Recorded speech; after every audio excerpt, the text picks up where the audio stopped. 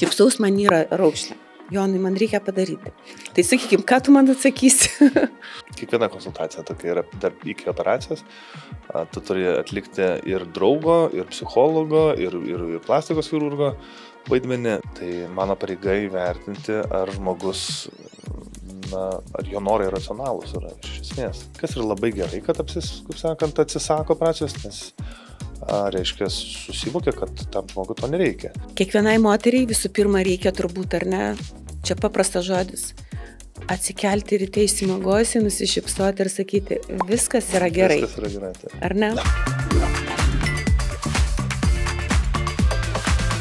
Sveiki. Taigi, šiandieną turime vėl laidą su Rasa Vilkienė, tai yra laidos pavadinimas Vidinė revoliucija su Rasa ir šiandien mes turime labai fainą pašnekovą, Joną Drąsutį, su kuriuo mes pažįstami esame jau pakankamai nemažą laiką. Jonas bando mane padaryti šiek tiek šviežesnė ir gražesnė ir aš tuo pačiu lankausi klinikoje.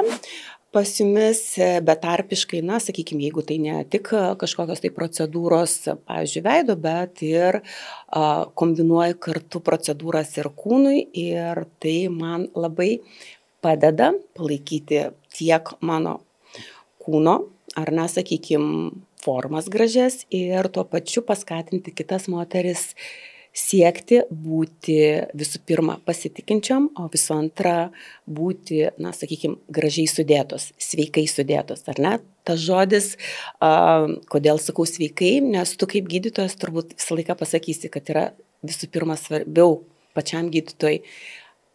Pirmas numeris yra sveikata, antras numeris žmogaus ta charizma ir jo grožis, ar ne?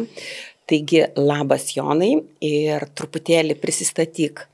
Kas tu esi, sakykime, kiek tau metų, nes šiaip moteris labai užduoda daug klausimų visą laiką, kai ateina vyrai pas mane į laidą, sako, labai norim sužinoti. Ir aš čia tokį, mažą intrigėlį mesiu, nes kai aš kalbuosi su savo klientėm ir manęs klausia, Rasa, ką tu darai su veidu, kur tu eini, ką darai, aš sakau, ateinu tenai į tokią kliniką pas gydytoją Joną Drąsutį, tuo pačiu bendrauju su jo antrąją pusę, nes mes kartu sportuojam. Jis sako, sako, jo, labai gražus gydytojas. Tai tau sunku yra, ar ne, susifokusuoti, nes jos ateina, sako, gražus gydytojas, žinai, kaip yra sunku šiais laikais. Kiek daug informacijos. Matai. Tai labas visų pirma, prisistatyti. Tai esu Jonas Drąsutis. Ūgis svoris. Čia tai galima praleisti šitą momentą. Kodėl? Sportininkai nebijo sakyti, ar tu nesportuoji? Kada randu laiką, tai pasportuoju. Jeigu labai reikia svorį, tai galiu sakyti, čia taip, iki 100 kg kažkur tai. Ūgis 1,95 m. Oho, tai gal kažkada tai krepšinį žaidėjai? Amžius 42 bus. Pačiam žaidėjime? Aš taip tikiuosi. O gal kažkada tai krepšinį žaidėjai, nes ūgis pakankamai toksai nemažas? Teko, bet tai tapo tik tai pomėgių hobių. Hobių, ar ne? Ja, tai nesijau savo gyvenimą su tuo. Tai, sakykime, dabar gal gali pasakyti, kas tave įtakojo pasirinkti šitą specialybę ir, čia toksai, kaip sakau, žinot, siuvėjas, ar ne? Kuris turi būti jau atidirbti ranką. Ir plastikas tai yra ne tik, kad tu, kaip sakai, baigi mokslus, bet tu turi tą darbą mylėti. Jis yra preciziškai toksai, sakyčiau, pakankamai sunkus. Plastinė chirurgija, tai kaip ir kitos chirurginės sritys, jos nieko nesiskiria. Tu turi atlikti darbą tvarkingai. Ir tai nėra kažkoks sudėtingesnis darbas, negu būti kažkokios kitos srities chirurgu. Tai yra tiesiog darbo specifika. O kas įtakos padarė, tai tėvai turbūt. Nuo mažens prasidėjau ligoninėje pas tėtį. O tavo tėvai medikai, taip? Taip, abu tėvai. Tai tėčio jau dėja nebėra, bet jis pilvo chirurgas, o mama ginekologė. Tai reiškia, jau tu nuo pat mažens gavai pakankamai tos vadinamos daug informacijos ir balti chalatai tavęs visai negazino, kaip kitus vaikus gazino. Ne, balti chalatai, nors man iki dabar jie nelabai patinka. Tai, man atrodo, pati purviniausia gydytojo aprangos dalis. Tai nelabai mėgstu balto chalato, bet jisai kaip ir pridera prie gydytojo, ne? Tai dabar, sakykime, baigti mokslus, ar ne, tu esi pakankamai, sakykime, simpatiškas vyras, reikia derinti mokslus, jaunimas nori, žinote, uliavoti, nori ošti ir tuo pačiu tu turi suderinti mokslus su užklasinė veikla ir dar kas yra svarbiausia, kad, tėvai, jeigu yra abudu medikai, jie labai sakykime, sudėjo daug vilčių, kad tu būsi geriausias, nes aš visą laiką sakau, kad visi tėvai nori, kad jų sūnus ar ten dukra būtų pranašesnis negu jie, ar ne, sakykime. Tai tie lūkesčiai ir, kaip bebūtų, sakykime, reikia gerai mokintis, norint įstoti ir nemažai laiko mokintis, norint būti plastiku. Ir kitas dalykas, ką aš manau, kad čia yra tokia specialybė, kad tu visuomet turi domėtis. Šitas pats, kaip, sakykime, buhalterė, neužtenka pabaigti, nes įstatymai keičiasi į metus mažiausiai vieną kartą. Tai tavo specialybė yra tendencijos, ar ne? Kaip tai yra? Tai tiesa, ja. Bet tai visom medicinos sritim reikia domėtis, nes medicina kinta, atsiranda nauji gydymo metodai, kažkas tai naujo, tai ką tu mokys kažkada prieš 10 metų jau praėjo ir viskas pakinta. Todėl normalu yra domėtis ir kažko tai ieškoti naujų atsakymų. Ir sakykime, pavyzdžiui, kiti įsivaizduoja, kad plastikas tai uždirba labai daug pinigų ir gerus pinigus. Sakykime, vieni dirba, kad uždirbti, kiti dirba, nes tas darbas veža. Kaip pas tave yra? Visi žmonės darbą atlieka tam, kad uždirbtų ir aprūpintų savo šeimą, savo artimuosius, bet jeigu tau nepatinka darbas, kurį tu darai, tai tada čia jau tampa problema. Tai aš suderinu šitus dalykus. Suderinu, tai reiškia, esi savo rogėse. Taip, esu savo rogėse. Man patinka mano darbas, man patinka, kad aš galiu iš to darbo išlaikyti savo šeimą, kad aš galiu nukeliauti ten, kur man reikia nukeliauti. Deja, Lietuvoje dirbant valstybinėje įstaigoje tas buvo sudėtingiau truputėlį, dėl to teko pereiti privačią veiklą. Tai, sakykime, kiek laiko tu dirbai valstybiniai, sakykime, įstaigoje ir kol subrendai, kad tu nori būti pats savo vadovas ir dirbti ant savęs? Man atrodo, apie 12-13 metų, jeigu taip žiūrint su rezidentūra, kada pabaigė studijas, stoja rezidentūra, tai plastinė chirurgija rezidentūra yra 5 metai, tai plus 5 metai dar man atrodo, kokie 7 ar 8 metai dirbau santaros. O kas buvo sunkiausia? Tai, kad jūs turite ateiti konkrečių laikų ir atbūti laiką, ar kas sunkiausia būdavo? 7 ryto būti ligoninėje. Būdavo sunkiausia. Sunkiausia anksti keltis. 7 ryto būti ligoninėje, tai man sudėtinga ir man sudėtinga būdavo budėti naktį. Man tas, kaip sakant, man būdavo įdomus darbas, bet naktį gauti darbo ne vienas žmogus nesidžiaugia. Tai čia gaunasi, tai žinot, ekstra tokie atvejai, kai būna. Tai būdavo toks, kaip sakant, sudėtingas momentas ir tai buvo viena iš priežasčių, dėl kurios nusprendžiau pakeisti darbą.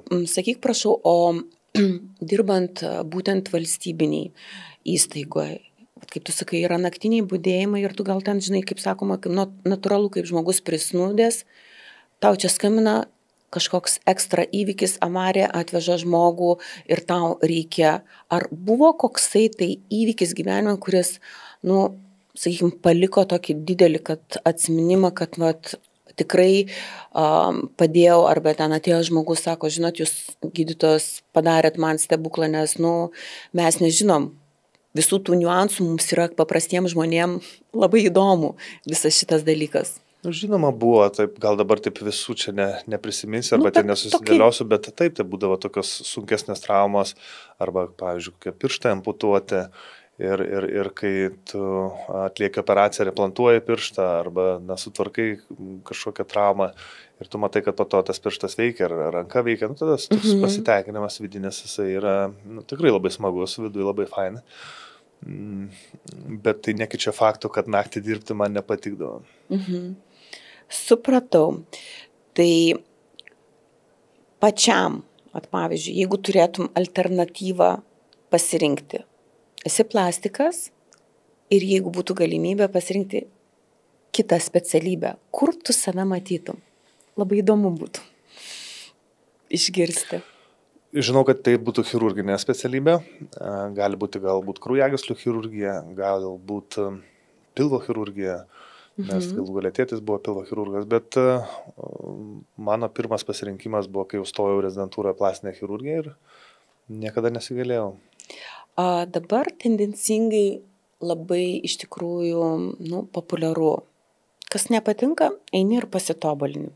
Anksčiau į tai žiūrėdavo šiek tiek skeptiškiau, sakykime, kokie 20 metų atgal, visi, oi, čia pasidaryk krūtinę, čia tai vau, ten eini nosį daryti, tai jeigu tik tai kreiva, visa kita, arba jeigu ten, sakykime, yra, kaip tu sakai, kažkokia tai trauma įvyko ir reikia, arba ten, pavyzdžiui, sakykime, nosis pertvara. Yra, sakykime, užkritusi žmogus kvėpuoja blogai, jisai naktį knarkia, turi diskomfortą, tuomet. Dabar tai visai yra kitaip. Nebetapu. Žmonės tampa nebe tokie konservatyvus ir truputėlį lengviau žiūri viską ir galų gali ir tas grožio injekcijas ir operacijas estetinės.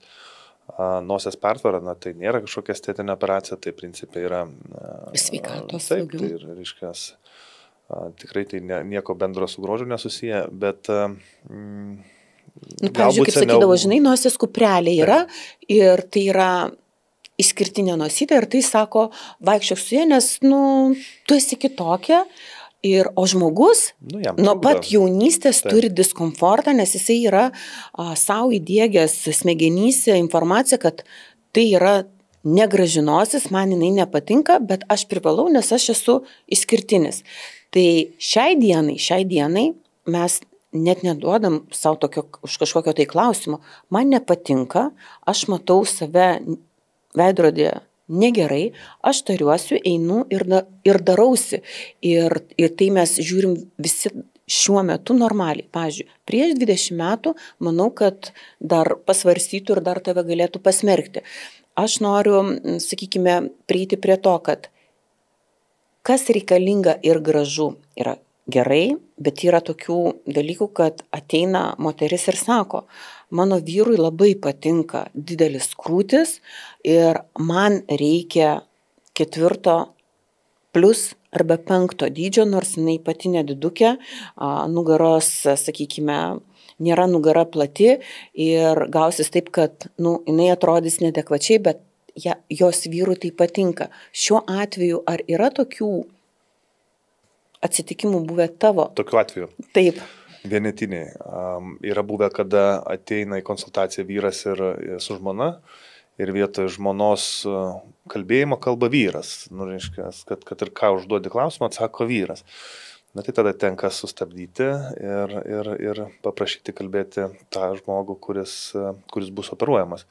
Tai paprastai jau tada jie nebegrįžta operacijai, nes, kaip sakant, sustabdyti. Neišgirdai tu jo norų. Taip, neišgirdai.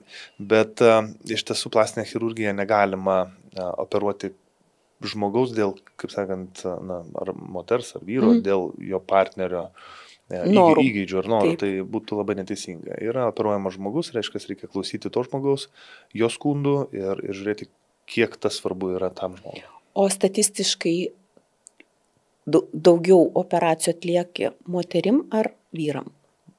Pagrindė moteris. Pagrindė moteris. Taip, pagrindė. Nes kažkaip tai paskutiniu laiku labai, sakykime, ir vyrai, sakykime, susizgribo, kad, jiems irgi gali pagelbėti, daug jie problemų sprendžia, tai užtat buvo labai įdomu išgirsti tavo nuomonę apie tai. Sakykime, ar yra tekę, kad kaip ir suplanuota viskas, jau jūs liktai ir aptarę operaciją, ateina ir sako, žinot, ne, persiglau, nedarysiu, kažkokios tai aplinkybės ir nedarysiu, nes, kaip pavyzdys, dabar paskaičiau, yra nebe madinga ir nesveika dėti implantus ir persimaščiau paskutinę minutę. Tavo požiūris ir labai norėčiau paaiškintum būtent apie implantus, apie toleravimą, netoleravimą ir kodėl, sakykime, moteris nusprendžia pavaikščiusios 3-4 metus, išsimti, nes jos nori būti natūralios, sugrįžti į, reiškia, natūralumą, nes tai yra negerai. Tai norėčiau apie pačią implantų, sakykime, struktūrą, kas buvo prieš 20 metų, tai yra vienas, ir kas yra dabar, yra visai kas kita. Ir tas, sakykime, sveika, nesveika šito požiūriu, kurios merginos, pavyzdžiui, galvoja, kurios nori moteris ir nori savo padėti, nes aš nesakau, nenoriu nieko, kaip sakyti, įtakoti, kad privalu tai turėti. Aš tai sakau, kad krūtinę mes tvarkomės tuomet, kai mes esame po vaikelių ir kai jaučiame diskomfortą ir mums pačiai yra nepatogu. Nesidarom tai dėl kažkieno, tai mes darom dėl savęs. Tai dabar jeigu kalbant apie, ar buvo žmogus, kuris apsisprendė paskutinę sekundę, kad nebenori, tai žinoma, tokių žmonių būna. Periodiškai pasitaiko ir tai yra absoliučiai normalus dalykas ir labai gerai, kad atsisako operacijos, nes reiškia susivokia, kad tam žmogui to nereikia. Tai labai gerai, kad kaip sakant, ne per vėlai susigalvoja. Yra buvę, kad ir iš vakaro žmogus nusprendžia, kad arba bijo operacijos, ar pergyvena ir ryte atšaukia operaciją. Būna tokių dalykų, tai yra normalu, taip. Tai yra normalus dalykas, taip. Dabar apie pačius implantus, jeigu kalbėti, tai kaip ir sakėte, dažniausiai implantus implantuojame moterims, kurios yra nepatenkintos savo krūtinę. Taip, tai dažniausiai po vaikelių, po maitinimo, tai yra, moteris nori, kad grįžtų krūtinė į tai, kas buvo prieš tai. Taigi, taip, implantai yra tam priemonė pasiekti. Ir dabar, kuo skiriasi implantai, tai yra gamintojai skirtingi, jų yra formos skirtingos, jų yra paviršiai skirtingi, užpildas jų skirtingas yra. Tai principė dažniausiai yra naudojamas silikoninio pagrindo implantas. Aš savo praktikoje dažniausiai naudoju slidaus paviršiaus, lygaus paviršiaus. Yra dar tekstūriniai ir yra lygaus paviršiaus implantai. Tai kadangi tekstūriniai implantai turi truputėlį tokį ryšį su tam tikrom patologijom, tai aš labiau linkęs surinktis lygaus paviršiaus implantus. Tai principė dabar daug kalbėti apie implantus galbūt čia neverta, bet tą reikia turbūt kalbėti su atskiru žmogums, kiekvienos konsultacijos metu ir žiūrėti, kas jam labiausiai tinka, jai šiuo atveju labiausiai tinka. Taip. Tai sakykime, po operacinį, žinote, būna taip, kad įsidėjo moteris implantus, po operacijos atsibunda, sako, daktarė, o kodėl pas mane jie tokie nedideli? Sakykime, žinot, ir ateina, sako, ką man dabar daryti. Ir kaip tam žmogui paaiškinti, kad, turbūt ne krūtinės dydis lemia, ar ne? Pasitikėjimą. Bet jie yra didesnė negu buvo. Taip. Pradėkime nuo to. Taip. Jie vis tiek yra didesnė, reiškia didesnė krūtinė. Bet taip, tai yra vienas iš tokių dažniausių sakinių, ką moteris pasako, tarkime, galbūt ne kitą dieną po operacijos, bet praėjus kažkuriam laiko tarpui, kad gal galėtų būti ir didesnė. Tai kad ir kokios idėjas implantus, vis tiek galėtų būti šiek tiek didesnė. Vis tiek galėtų būti didesnė. Taip, kaip sakant, tai yra 3 būdai suprasti moterį, dar nei vienas iš jų neatrastas. Tai čia turbūt sudėtinga būtų įlysti. Tai pačiam reikia išrituliuoti kažkaip, tai kad jai sakyti, žinot, viskas yra gerai, truputėlį dar laiko, susidraugausit, vyras pajaus, pamatys, viskas bus gerai. Ir po kiek tai laiko, nes aš manau, kad po operacijos po kažkurio tai laiko jos ateina ir paskui dar po kažkurio tai laiko ateina pasirodyti pas jumis. Kokia yra eiga? Žiūrint, kokią operaciją atliekam. Tarkime, jeigu tą banalią krūtų didinimo operaciją, tai paprastai po operacijos paleidžiame namo kitą dieną ir jeigu nėra kažkokių bėdų, tai porą savaičių nelabai yra ką iš medicinės pusės daryti. Tai tiesiog galima palaikyti ryšį arba telefonu, galima ir susitikti klinikoje, bet kažkokių procedūrų nereikia atlikti. Tada po porą savaičių reikia nuimti pleistriukus, paprastai siūlai yra tirpstantis. Jeigu viskas yra gerai, tai dažniausiai susitinkam po 1,5 mėnesio nuo operacijos, 3 mėnesiai, 6 mėnesiai, 12 mėnesių. Pas mane tokia yra taktika. Ir sakykime,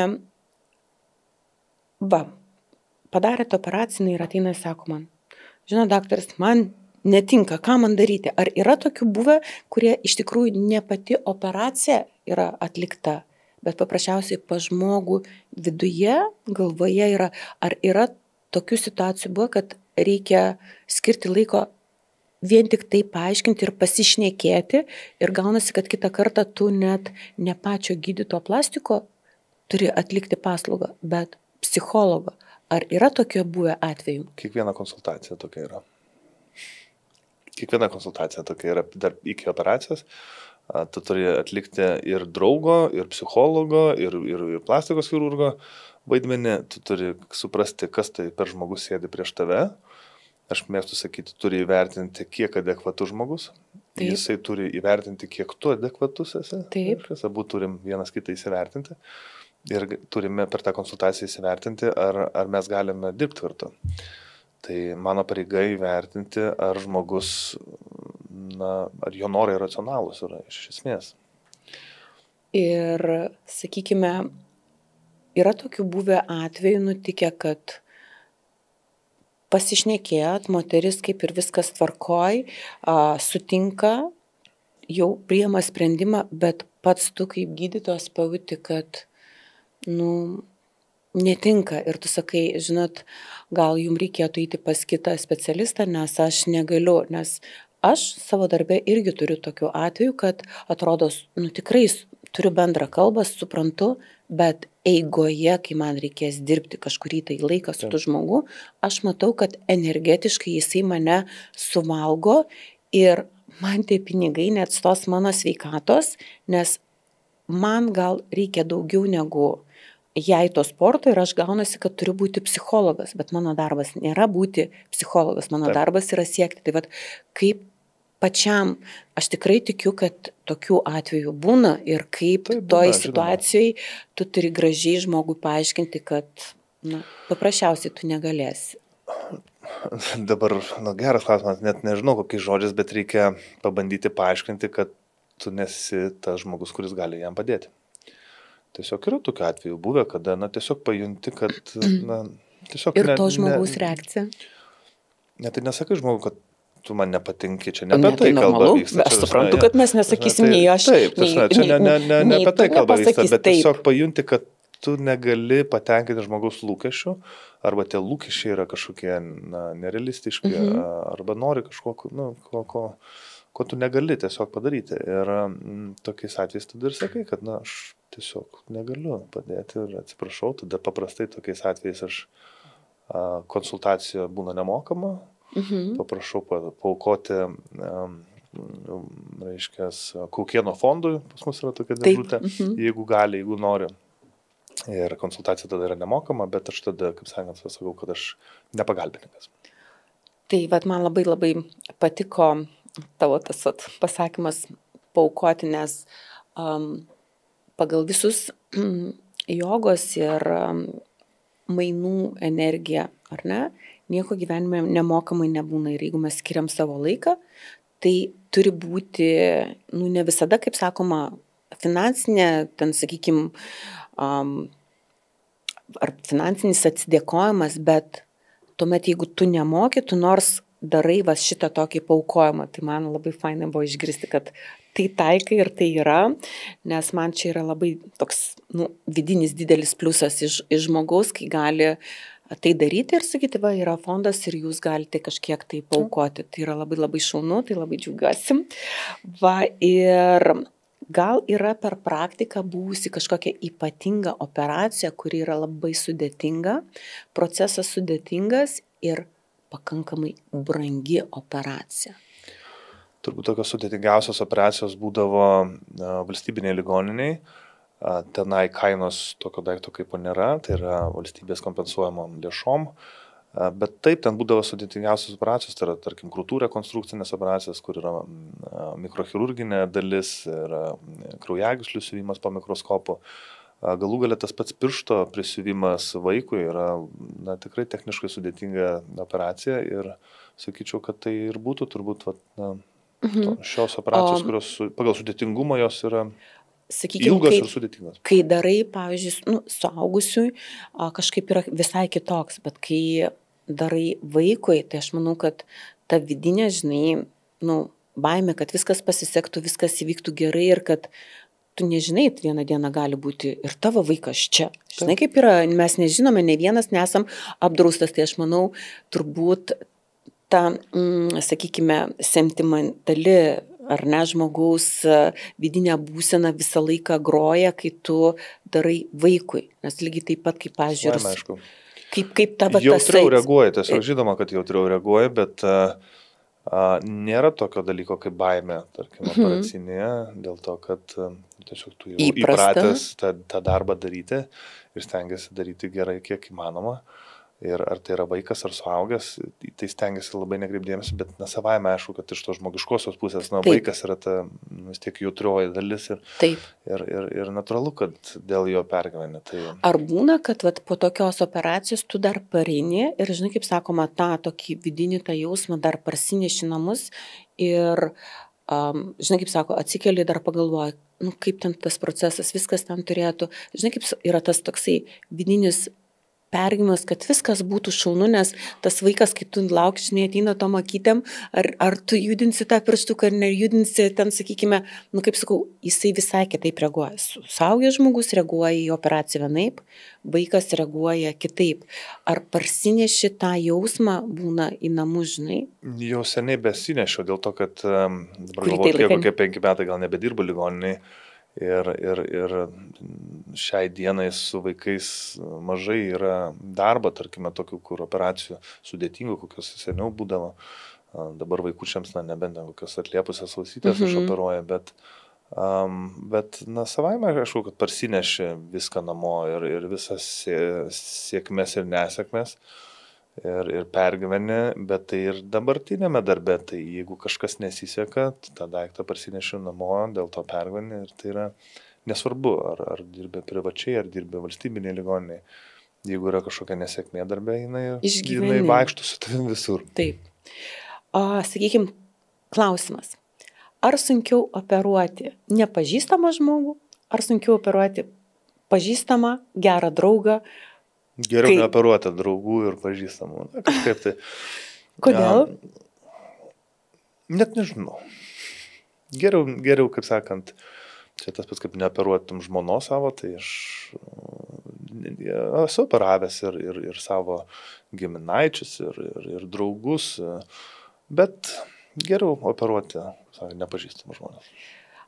Kaip jums darbe sakykime, išeina, sakykime, gražiai dirbti, nesipykti, nes, žinote, mes namuose turime savo buitį.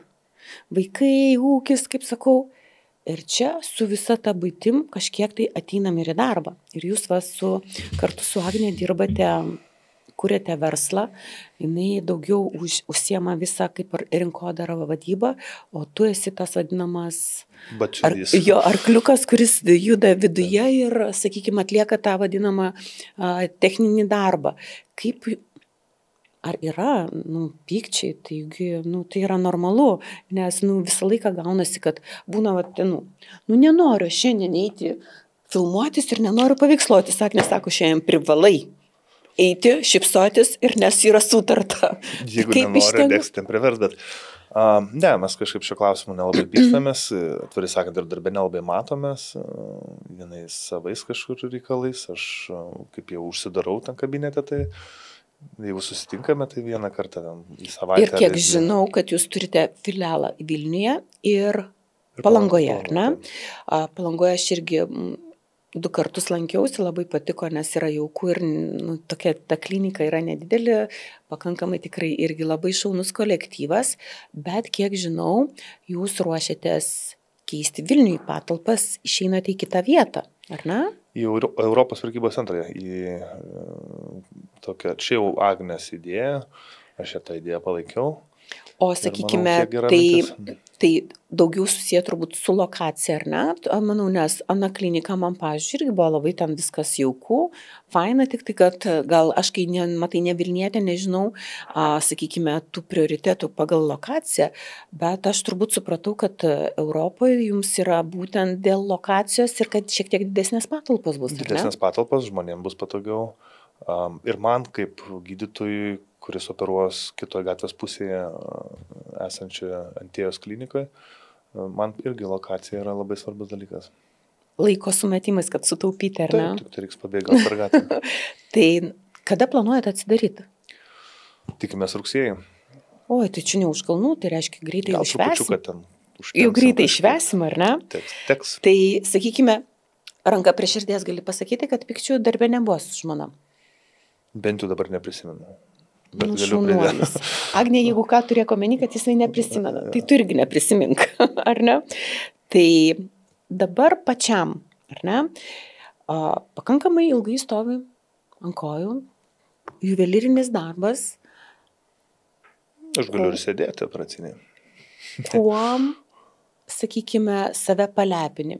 Masažai, sportas, kas tavo yra relaksas, nes tau irgi reikia pailsėti, tau reikia atsistatyti ir aš manau, kad tikrai, kaip dažniausiai gydytojai skundžiasi nugaros ir pečių juostos skausmais pačio.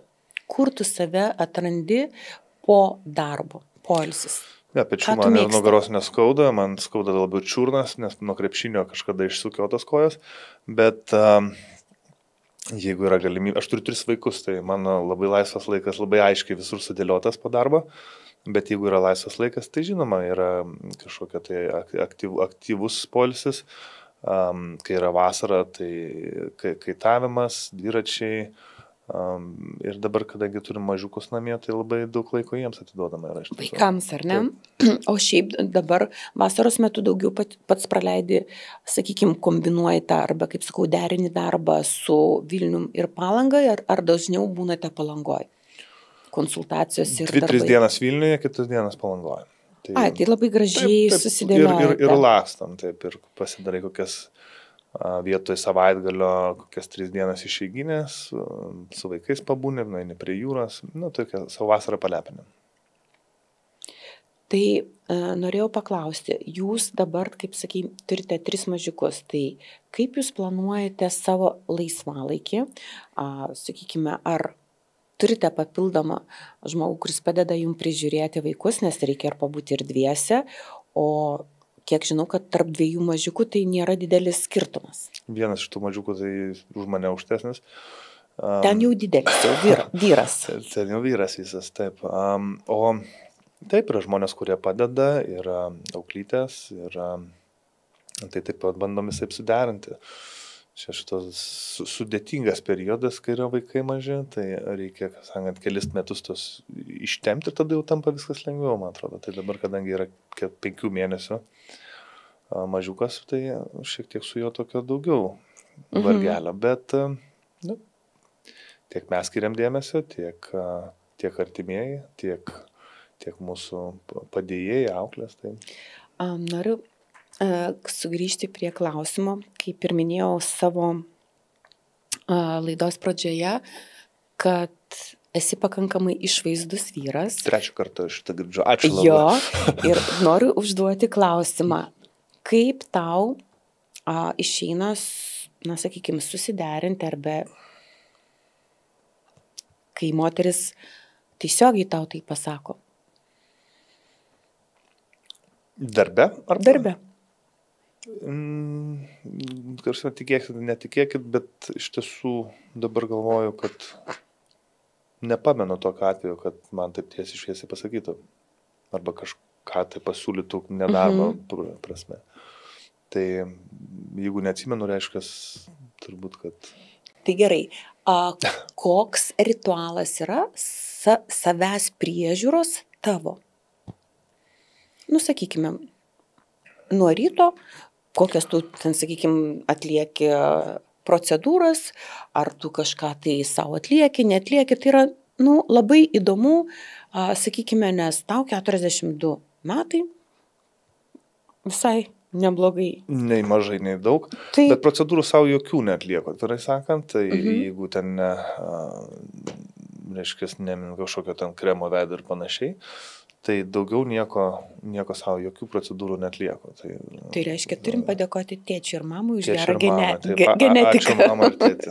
Jo, tai kaip sakyk, ačiū mamai. Taip, ačiū. Koks tavo būdas yra atsipalaiduoti? Ar tau, pavyzdžiui, reikia laiko savo? Nes, Aš manau, kad mes kiekvienas žmogus labai atsakingai dirbdami savo darbą, mes ne tik fiziškai pavargstam, bet mes pavargstam ir psichologiškai, nes tu, kaip ir sakei, kiekviena konsultacija tai praktiškai yra psichologo darbas. Išanalizuoti, ar ne, žmogų. Tai kaip be būtų, per dieną tu darai vieną operaciją, maks turbūt 2.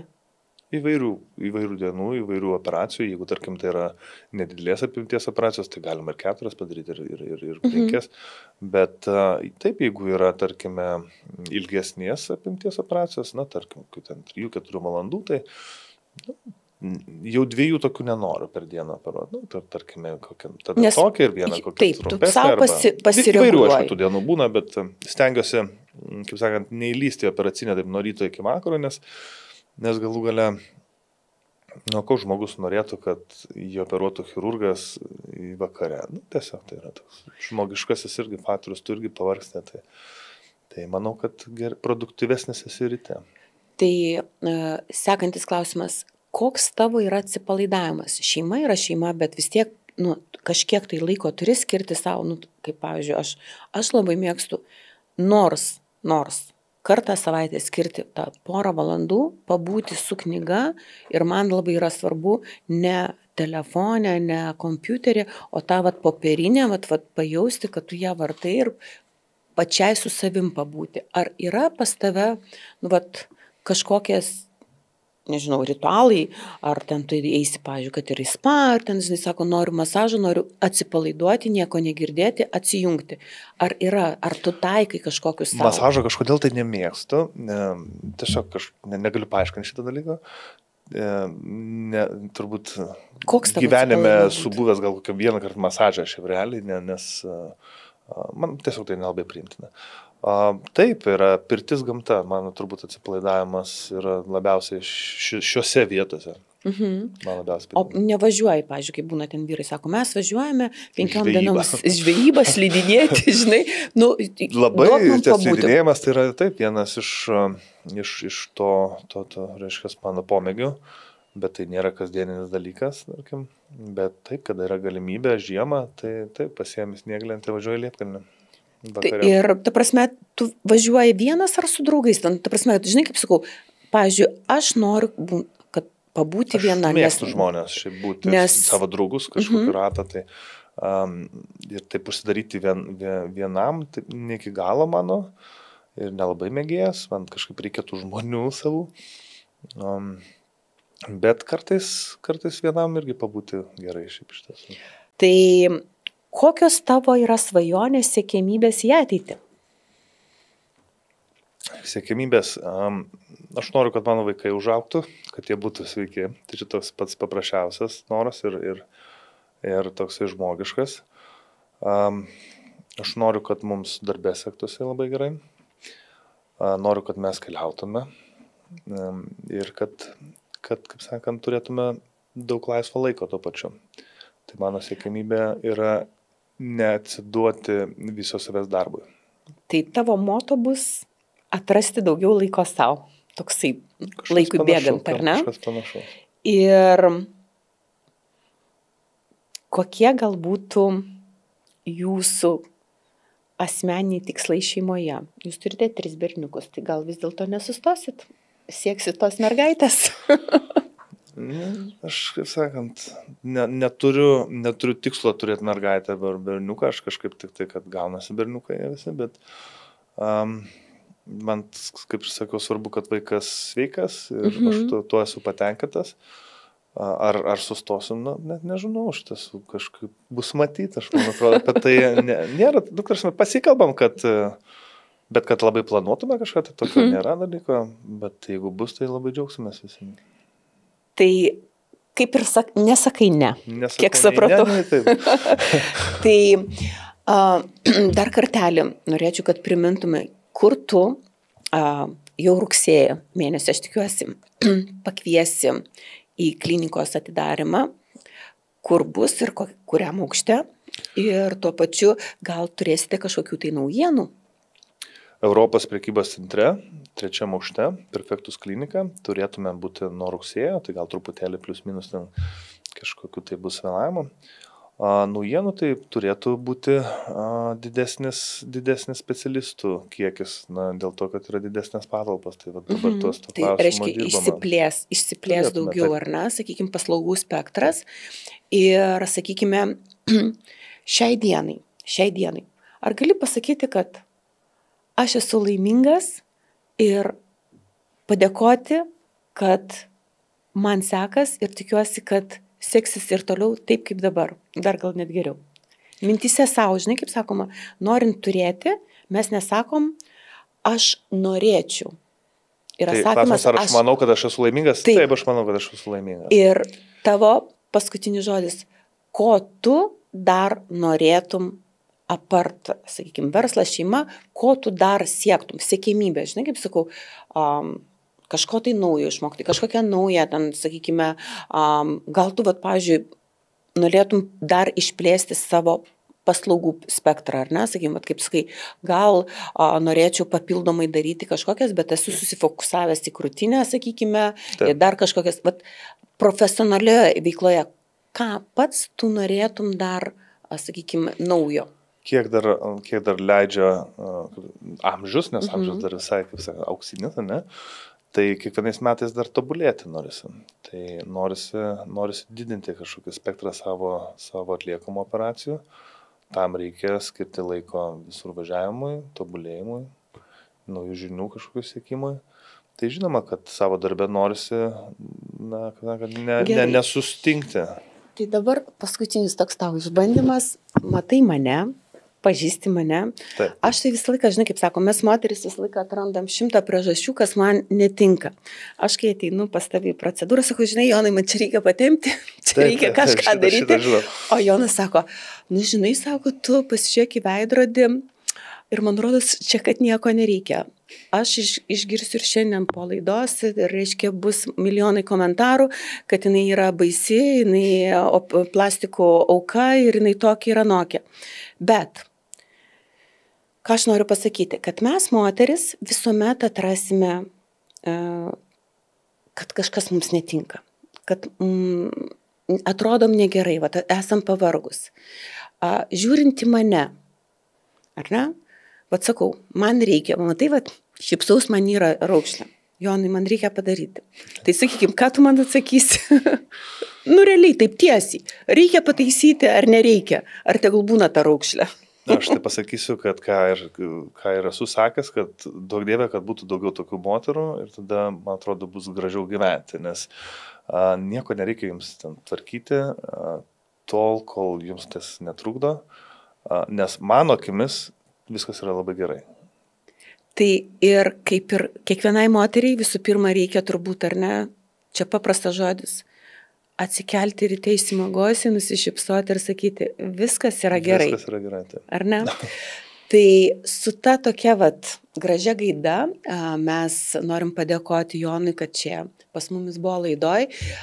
Mes pasišnekėjome apie plastinę chirurgiją, pasišnekėjom apie šeimą, pasišnekėjom apie išgyvenimus, bet kas yra svarbiausia, kad norėtųsi, kad jūs ir komentuotumėt, ir užduotumėte klausimus, nes mes su Jonu betarpiškai bendraujame ir visuomet bus galima gauti ir nemokamą atsakymą. Tai yra labai svarbu, o jeigu jau, sakykime, yra didesnė problema, tai žinote, kur rasti Joną Europoje, 3 aukšte, registruojatės ir einate. O jūs neužmirškite užeiti į mano kanalą, komentuoti ir dar kartelį visiems dėkoju ir labai džiaugiuosi, Jonai, kad dalyvavot, kad pasišnekėjom ir tikiuosi jau labai taip nebuvo skausminga.